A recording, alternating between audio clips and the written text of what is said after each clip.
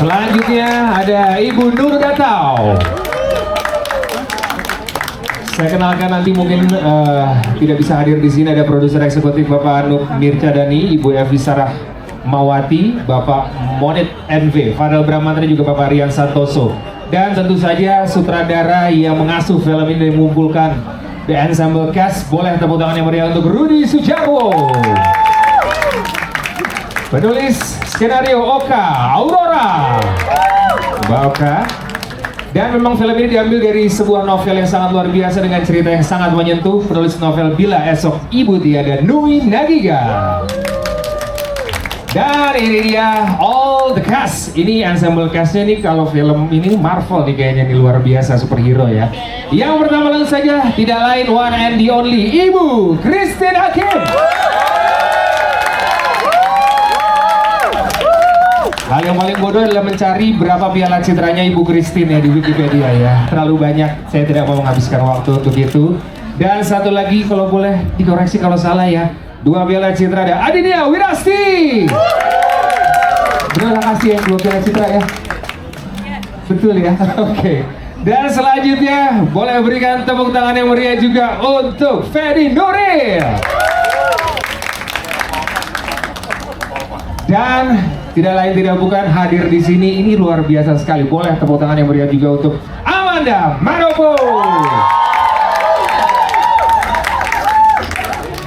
Lintas generasi yang paling bungsu belum datang ya. Ada Yasmin belum hadir. Ada satu lagi Yasmin Nepper juga belum hadir, tapi wajah-wajah terkenal di sini. Yang mana dulu saya juga bingung. Ada Mbak Im Wong. Mbak Im di depan wartawan, saya gatel tapi nggak jadi. Sorry. Ada Cesar Hito juga sudah hadir di sini. Ada Hana Hahu atau Hana Saraswati juga hadir di sini. Langsung saja tuan rumah, semua sudah dikenalkan ya. Oh, Keisha satu lagi, boleh tepuk tangan untuk Keisha. Ngomongnya pakai bahasa Inggris tadi, gue bingung nanti.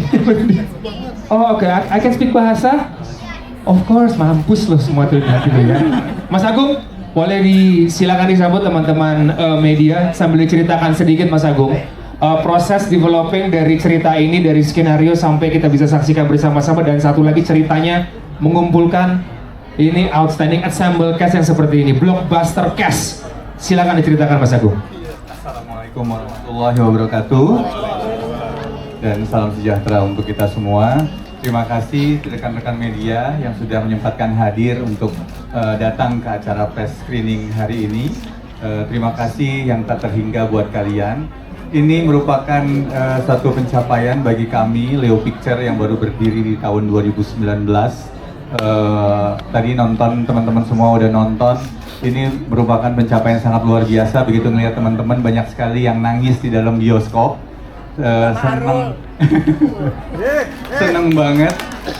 Jadi ceritanya adalah saya menemukan sebuah novel yang direkomendasi oleh sahabat saya Deddy Mercy. Lalu saya coba menghubungi penulisnya Mbak Nui Nagiga yang berada di belakang. Gayung bersambut karena waktu itu Mbak Nui lagi umroh ya Mbak, lagi haji, jadi kita agak sedikit ngobrolnya agak sedikit terganggu karena beda jam gitu. Kita ini pagi, di sana masih malam gitu. Lalu nggak berangsur lama kami mendapatkan novelnya, lalu saya tawarkan ke Mas Rudi Sujatwo yang pertama kali. Mas Rudi mau nggak memfilmkan film Bila Esok Ibu Tiada? Karena ceritanya pasti kita sangat relate sama kita semua, dimana kita takut kehilangan ibu kita, begitu sayangnya kita sama ibu kita. Ini yang mau kita ceritakan kepada penonton film Indonesia gitu. Lalu Mas Rudi setuju, waktu itu sepakat. Lalu kita cari penulisnya, Mbak Oka Aurora. Kita udah mulai menulis dan bla bla bla. Ketemu Mbak Oka, Mas Rudi, kita diskusi gitu. Setelah itu baru menentukan siapa casting-castingnya yang cocok. Oke. Iya, dari awal Mas Rudi sudah langsung Ibu Rahmi Christine Hakim. Jadi itu permintaannya, ya. Dari awal udah nggak bisa ditolak. Itu pokoknya yang mainin Ibu Rahmi harus Christine Hakim. Selamat datang Mas Slamet. Laki ini datang lagi. Ya, sekali lagi boleh tepuk tangan tuh. One and only Om Slamet Raharjo memerankan sosok Pak Haryo ya. Betul sekali. Silakan Om Slamet.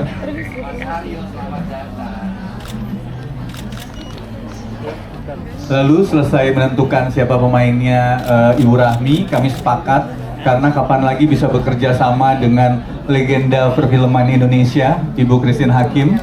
Lalu saya sangat setuju, nggak pikir dua kali gitu, asal bisa meyakinkan Ibu Christine Hakim untuk ikut ke dalam produksi kami. Terima kasih Ibu. Lalu selanjutnya kami memilih 4 cast yang kira-kira siapa yang cocok memerankan anak-anaknya Ibu Rahmi. Yang pertama ketemu Adinia Wirasti, ini juga Mas Rudi yang tektokan langsung sama Adinia gitu. Dan menurut saya begitu saya sudah nonton berkali-kali gitu, memang karakternya memang pas buat Adinia Wirasti. Memainkannya sangat apik dan aduh saya nggak bisa berkata apa-apa lagi. Menurut saya bekerja sama dengan teman-teman yang sangat luar biasa ini merupakan kesempatan yang langka. Lalu Fedi Nuril itu saya diskusi kira-kira gimana. Mas Rudi juga ketemu berapa kali sama Fedi gitu untuk sama-sama meyakinkan kira-kira perannya apa dan bagaimana, itu diskusinya juga lumayan panjang. Lalu Amanda Manopo, kebetulan Amanda ini ada di manajemen saya juga gitu. Lalu tapi bukan berarti karena di manajemen saya lalu dia bisa main dengan enaknya, nggak gitu. Kita diskusi sama Mas Rudi, kira-kira ini assembly case-nya harus keren banget gitu. Lalu saya ke Manda, diskusinya juga lumayan panjang sama Manda gitu, karena dia nggak langsung oke. Dia baca dulu skripnya, banyak pertanyaan, ketemu Mas Rudi baru oke gitu ya prosesnya Man. Lalu ketemu sama Yasmin Nepper juga sama, saya kasih skripnya untuk dia baca, dan setelah oke ketemu sama Mas Rudi gitu, ketemu Mas Rudi baru oke, baru ketemulah. Dan yang lain-lainnya ini juga sama, semuanya melalui diskusi yang sangat panjang. Saya, Mas Rudi sama tim casting kami yaitu Butet Erlina, kami diskusi kira-kira kami memang pengen menyajikan yang lain daripada yang lain. Kami pengen membuat film yang sangat luar biasa. Yang dikedepankan adalah film ini adalah rasanya harus sampai ke penonton gitu ya Mas Rudi ya. Ya saya rasa cukup. Thank you Mas Agung, boleh tepuk tangan untuk Mas Agung. Selanjutnya saya mungkin ngobrol sama sutradaranya Mas Rudi. Mas Rudi, film selalu menjadi refleksi buat para penonton. Mas Rudi selalu berhasil membuat sebuah film-film yang refleksinya tuh emosional begitu dalam. Nah di film kali ini, menurut Mas Rudi, refleksi apa yang ingin Mas Rudi sampaikan kepada para penonton? Kalau tadi Mas Agung bilang dalam, emosional. Kalau saya itu anak mama kebetulan. Oke. Jadi ibu buat saya adalah segalanya. Saya lebih dekat ke ibu daripada ke bapak. Sebenarnya pas menerima ini dan judulnya begitu saya agak ngerti, gitu, karena ibu saya 90 tahun minggu lalu. Jadi saya mikir, waduh, kok kayak doain dia bikin filmnya ya? Ngerti banget, karena saya nggak pernah kebayang kalau nggak ada dia gimana. Oke. Dan saya berharap sih sebenarnya penonton akan merasakan hal yang berbeda, karena mereka punya rasa yang berbeda terhadap ibu, terhadap keluarga mereka gitu. Tapi kalau saya pribadi, kenapa saya mau melalui film ini saya share? Kadang-kadang saya yang tinggalnya sebelahan sama ibu aja mau ke ibu nanti dulu. Itu padahal tinggal jalan doang ya. 2 langkah ada lu soalnya. Itu kayak antar dulu deh. Antar dulu padahal tinggal lewat aja, tinggal say hi sedikit udah gitu. Kadang-kadang sampai di telepon dulu kan udah nggak pernah kesini baru saya ke situ gitu. Yang kadang-kadang ketika membuat ini, buat saya film itu spiritual journey ya, perjalanan spiritual yang membuat kita kadang-kadang menyembuhkan diri kita juga. Gitu loh. Jadi dalam membuat, jadi kalau semata-mata itu cuma teknikal, menurut aku ya rugi aja loh. Kita udah spend money, time dan segala macam ya. Buat saya tuh perjalanan spiritual yang membuat saya berpikir kadang-kadang tanpa disengaja membuat kita kayak kena sendiri gitu loh. Duh, kok gue juga belum sampai ke situ ya? Kok gue di telepon juga gue hold dulu ya, nanti dulu ya. Padahal kita nggak tahu kan kapan mereka akan tidak ada gitu loh. Dan menurut gue, kita pernah membayangkan bahwa itu akan menjadi sebuah penyesalan, tapi tetap kita lakukan juga anyway. Ketika di hari realnya gitu, tetap kita dulu lah. Padahal kita tahu bahwa itu akan merupakan penyesalan yang luar biasa gitu. Dan penonton aku harap sih bisa selalu relate pasti ya ibu gitu. Kecuali yang udah benci banget sama ibunya, tapi menurut aku nggak banyak. Dan masing-masing pasti punya sesuatu yang mereka mau lakukan atau benarkan atau yang mereka mau perbaiki sebelum terlambat itu pasti ada. Dan aku berharap kita bisa bersama-sama yuk. Ini orang yang melahirkan kita loh, apapun kelebihan dan kekurangannya, gitu. Just being a son and a daughter aja, yuk. Oke. Thank you Mas Rudi, thank you banget. Tepuk tangan untuk Mas Rudi. Mungkin sebelum ke Asti, Manda, Baim, Feby, Hana, dan lain-lain, mungkin aku ke Ibu Christine dulu ya. Bu, kita tahu Ibu film sudah banyak sekali, Piala Citra sudah banyak. Tapi setiap menonton trailer film terbaru Ibu, tetap kita semuanya melihat, wow, nih, guys, this actress all in semuanya. Aku lihat trailernya, aku belum menonton, nanti nontonnya bareng sama Ibu. Yang mau aku tanya Bu, yang paling bikin Ibu bersemangat di Project Bila Esok Ibu Telah Tiada ini apa Bu? Rudi Sudjarwo. Kenapa tuh Bu? Pertama kali saya melihat Ada Apanya Cinta, saya menangis. Itu bukan karena ceritanya sedih, Ada Apanya Cinta asli orang cerita remaja ya, sedikit lah, asli juga main ya.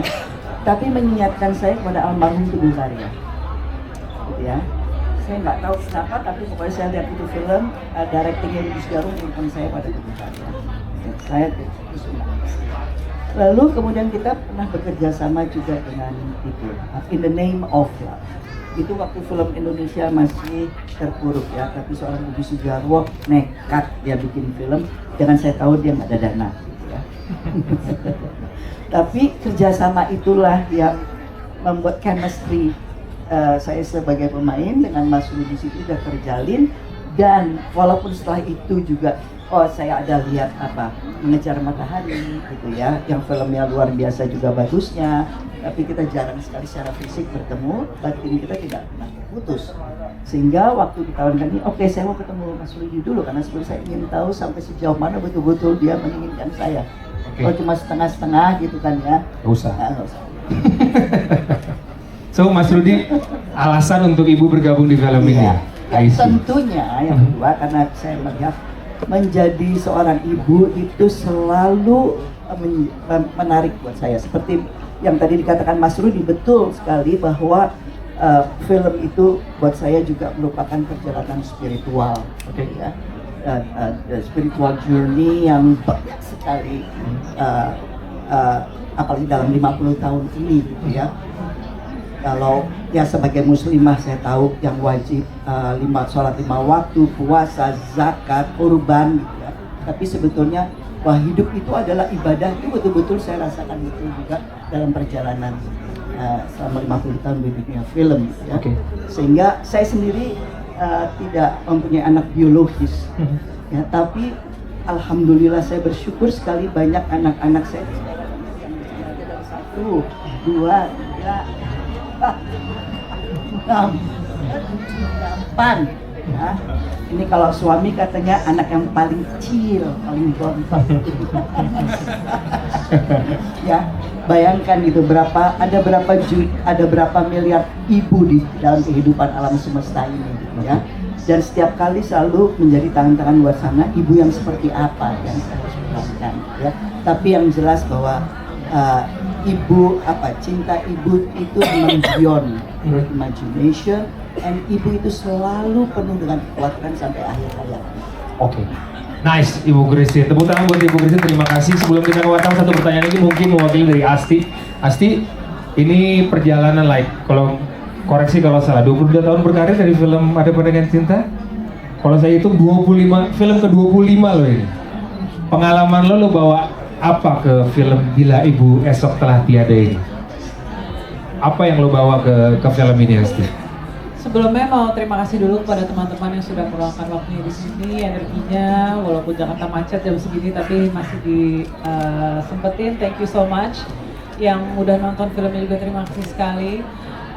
Pengalaman apa yang saya bawa untuk film ini? Apa yang lo bawa dari semua pengalaman lo sekian lama berkarir dengan seluruh film yang luar biasa itu di peran Ranika ini?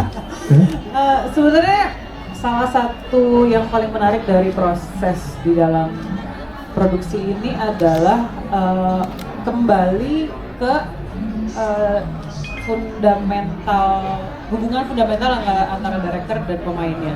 Oke. Mas Rudi di sini sangat percaya pada pemainnya, memberi ruang, memberi energinya full untuk pemainnya menciptakan sesuatu buat Mas Rudi. Oke. Dan sedemikian rupa seperti yang udah nonton yang ditangkap oleh kameranya Mas Rudi, dan teknis syutingnya juga nggak mudah gitu karena kita banyak one shot, kadang-kadang hanya one take, yang kadang-kadang gue yakin Mas one take nggak mau lagi satu lagi deh apa cus gitu, kayak enggak gitu, kalau dia udah bilang enggak. Jadi memang sebetulnya pengalaman pribadi apa yang saya bawa di sini adalah trust sama letting go.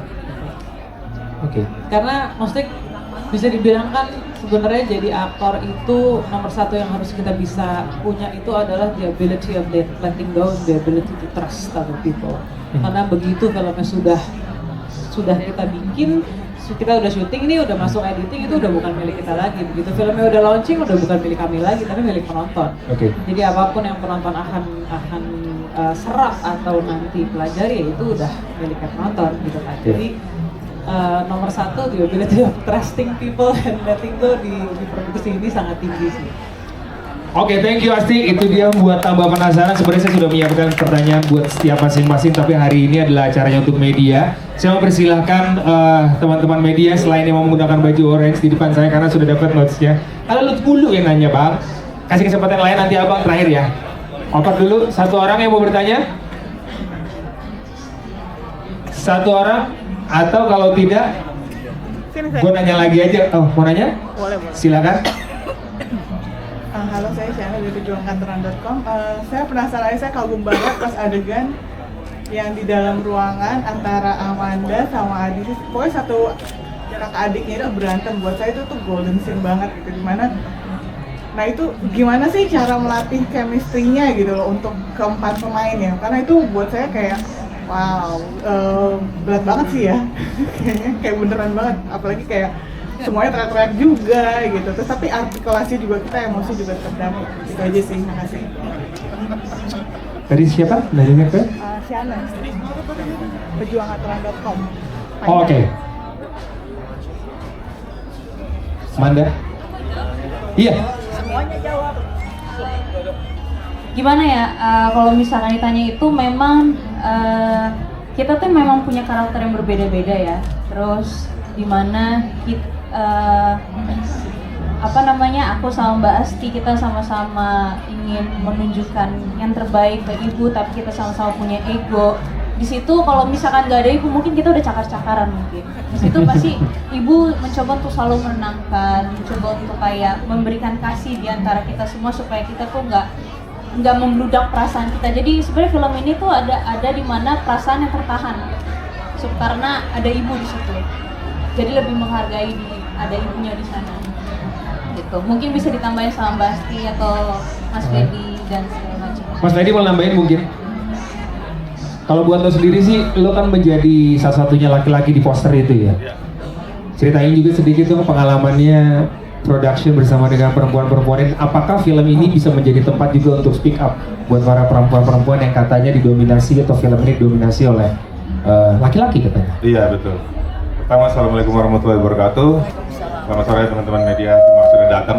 Tapi sebelum jawab pertanyaan lo, gue mau ngelanjutin jawaban Manda tadi. Sikat. Saya seneng banget Mbak bilang suka sama adegan itu karena waktu syuting stres banget Mbak. Itu susah adegan itu karena semuanya ada di situ. Adik kakak ini ruangannya sempit dan mungkin kalau teman-teman merhatiin detail kamera works-nya kan agak kayak dokumenter gitu ya, satu shot gitu. Nah, itu juga menambah tantangan dan semua emosinya tinggi kan di situ. Jadi waktu kita take ada yang nggak happy, Mas Rudi ulangnya kan dari awal tuh. Take kedua belum berasa. Mampus deh. Ini gimana ya? Dan tadi kan Nasi cerita, Mas Rudi sangat membebaskan pemainnya untuk memainkan seperti apa dia mau. Itu plus minus. Plusnya itu ya kita bisa bebas berekspresi, punya ide sendiri gitu. Minusnya ya itu kurang berasa kasih yang lain, mikir dulu. Kecuali kalau dikasih arahan detail jelas, itu juga enak tuh kayak gitu. Gue mau lo nanti nunduk kayak apa kayak gitu, itu juga enak gitu. Nah gini kita ngerubung lagi berempat, mau kita kasih apa lagi nih? Apa? Ini adegannya panjang, emosi, dan ini adegan klimaks bisa dibilang kan. Jadi emang ini harus bener, bukan hanya bener secara teknis, karena teknisnya memang susah, tapi ya bener secara bagaimana penonton tersentuh dengan adegan itu. Jadi ya seneng banget dengar pendapat Mbak tadi, karena memang itu hari yang cukup stres untuk melakukan adegan itu sih. Oke. Dan lo sendiri gimana? Mas Rudi gitu, tentang apa? Kalau saya tuh kebetulan sutradara yang nggak mau rugi. Nggak mau rugi tuh gini, kalau kita dikasih pemain yang bagus, mereka harus ngasih dong ke saya. Masa gue yang nyuruh? Iya dong, ya kan? Nah, saya berikan itu halaman bermainnya. Blocking aja nggak saya blok loh. Terserah lu mau ngapain, mau lompat tangga, mau apa, terserah. Kamera aku ngikutin. Karena menurut aku, ketika mereka saya batasi, mereka terbatas tuh pasti. Oh jadi gua nggak boleh gini ya? Tuh gini ya? Meskipun mereka udah terbiasa di blocking ya, tapi ketika gua kasih halaman bermain yang luas, itu gua happy banget karena pertama mereka akan membuktikan sendiri bahwa sejago apa sih masing-masing nih, kan gua nggak ada safety net, gua nggak ada alat penyelamat buat mereka kalau salah. Kan langsung terus semua tuh gitu. Terus dan dari situ gue bisa get the best of mereka, sisi mereka yang terbaik dengan aksi reaksinya mereka sebagai manusia, keajaiban spontanitas mereka bereaksi itu nggak bisa kita dapat kalau kita terlalu steril. Reaksi mereka yang jadi gitu itu kadang-kadang kalau kita terlalu tulis tuh nggak bisa tuh, itu manusiawi banget tuh kan, nggak bisa kelihatan karena emosinya kan kadang-kadang ketika reaksi manusia itu terlalu diatur, manusiawinya hilang pasti. Nah mereka adalah manusia-manusia yang the best dalam bidangnya masing-masing di 4 generasi lagi. Kalau dijadiin satu ruangan gimana? Dia kan seru gitu loh.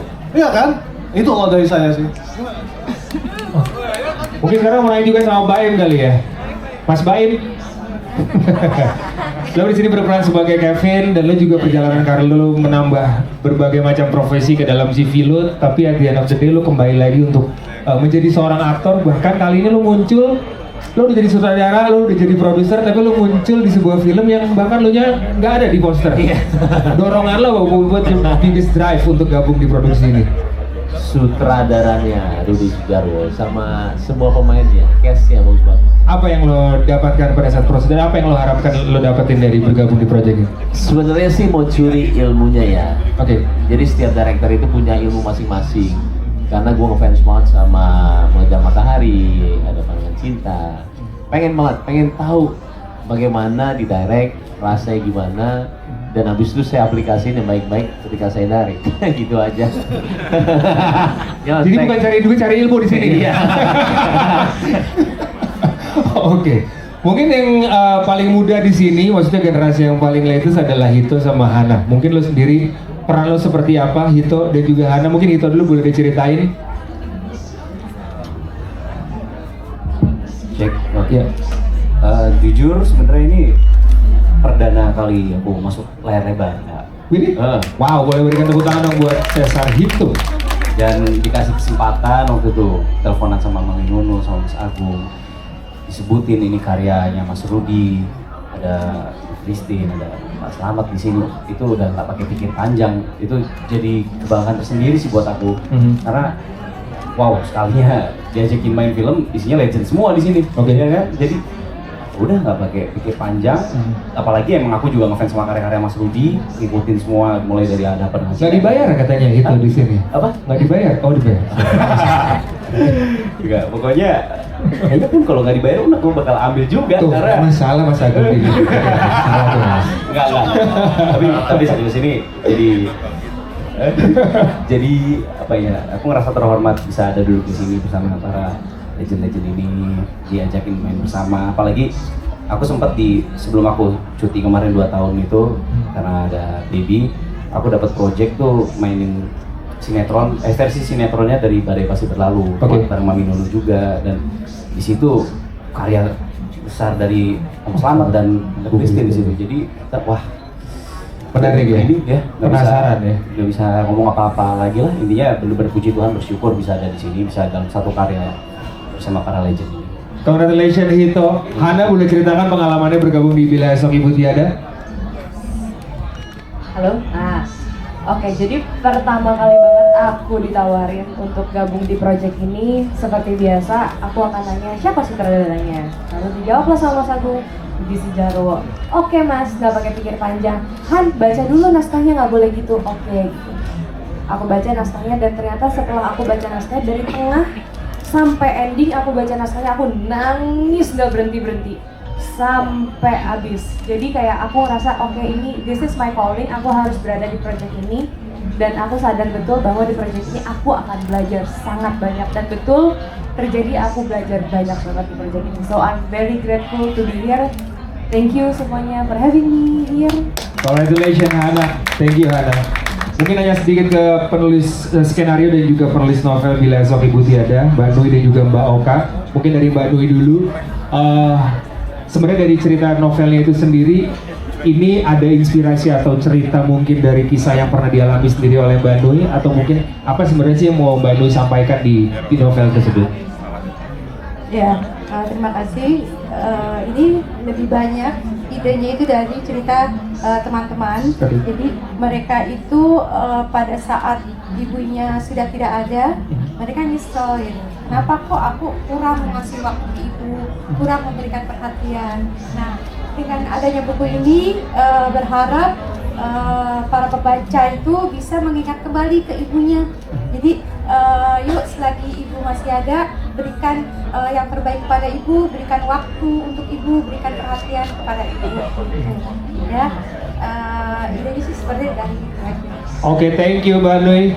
Bapak juga terima kasih banyak. Mungkin terakhir Om Slamet ya. Om Slamet, mohon izin, ini katanya 30 tahun baru bertemu dalam satu proyek lagi sama Ibu Christine, betul seperti itu?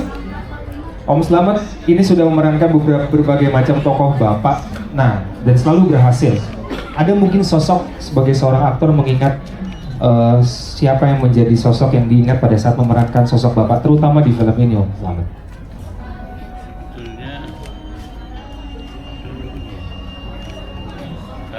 Sebetulnya saya tidak mencari, kita mencari barang-barang yang paling bagus, yang paling berat, yang paling tidak enak. Acting itu yang paling sulit ketika yang ada di luar sini. Budi Sujarwo gila. Kita baca, tapi kita tidak perlu yang kita baca. Kita membaca, tapi apa reaksi dari kamu membaca? Itu memang betul yang mereka bilang buat gue. Dia bilang Marlon Brando. Oke. Marlon Brando bilang. Sambil kayak Don Corleone dulu. Iya, Corleone. Acting yang terberat adalah acting yang tidak ada dalam naskah, di luar naskah. Kerjaan kami, latihan dengan Rudi, kerjanya nyari apa di belakang naskah. Jadi bayangin, kita udah apa, nggak penting. Ngapal buat apa? Rudi nggak perlu hafalan. Rudi perlu apa yang merasa gitu. Nah, jadi buat saya soal Bapak di sini ya macam-macam Bapak, tapi memang yang paling menarik sutradara Budi Sujarwo menggali pemainnya menjadi sahabat dia, menjadi sahabat kreatif dia. Itu penting. Sebenarnya Mas Rahmat, ada ini nggak? Ada pengalaman nggak sama anak lo? Kita ya. Ada. Anaknya pulang ke rumah, udah itu di depan rumah, mobilnya aku dengar, tapi kenapa nggak masuk? Saya lihat, udah 5 menit, 10 menit. HP lo nggak turun, gua lempar batu.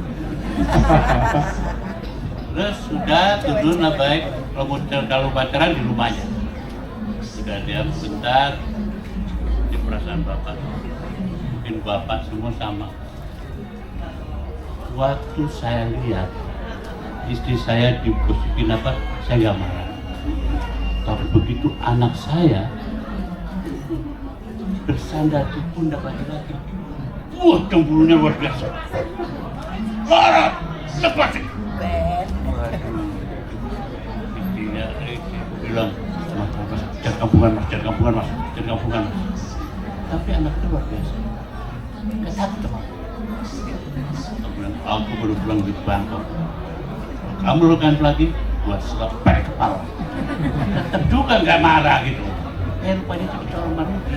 Oh diambil. Ya, calon Marudi. Kamu udah diapain? Masih kembali? Ya, barbecue. Udah sampai sini? Belum Pak. Belum bener. Oh, saat itu belum. Diambil Marudi. Rupanya dia itu teman kita dalam berkreasi. Nah, itu penting. Relasi antara pemain dan sutradara itu nggak cuma sutradara bisa lakukan. Orang berliri, lirik, apa itu luar biasa. Jadi teman kreatifnya adalah pemain. Apalagi dapat NX-Wine, sudah banyak sekali sudah pengalamannya ya kan. Jadi tinggal ambil aja.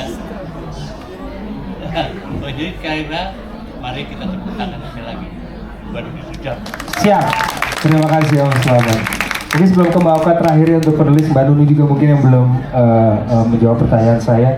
Mungkin dari semuanya agak relate mungkin dengan Mbak Nuni juga punya anak-anaknya juga sudah cukup besar. Mbak Nuni juga dikenal sebagai orang yang sangat emosional. Sudah nonton filmnya Mbak Nuni? Sudah. Apa emosi yang pertama kali muncul setelah keluar pertama kali menonton film ini Mbak?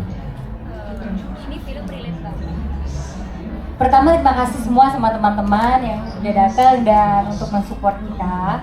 Ini film sangat relate banget, makanya tadi waktu Mas Rudi bicara tentang ibu saya yang udah 90 tahun, karena ibu aku juga udah 88 tahun yang sekarang hanya tiduran aja gitu. Jadi perjuangan ibu saya sama banget sama di film ini, dan perjuangan saya juga sebagai yang membesarkan anak sendiri juga kena di saya. Dan sekarang saya juga sebagai anak yang sibuk banget, kadang waktu buat ibu tuh suka ya kurang gitu. Terus sama di sini juga ada kakak beradik yang selalu minta salah-salahin segala macam, dan saya anak bungsu.